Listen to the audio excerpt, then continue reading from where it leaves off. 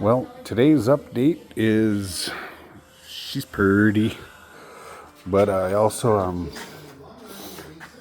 the battery's been installed, so now I can hook up the master switch and the start button.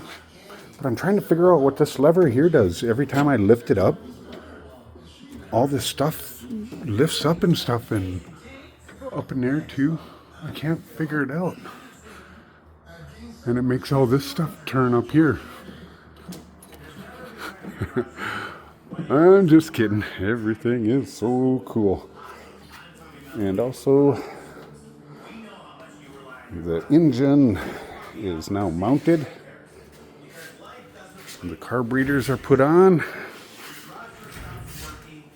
Fuel pump is right there mounted.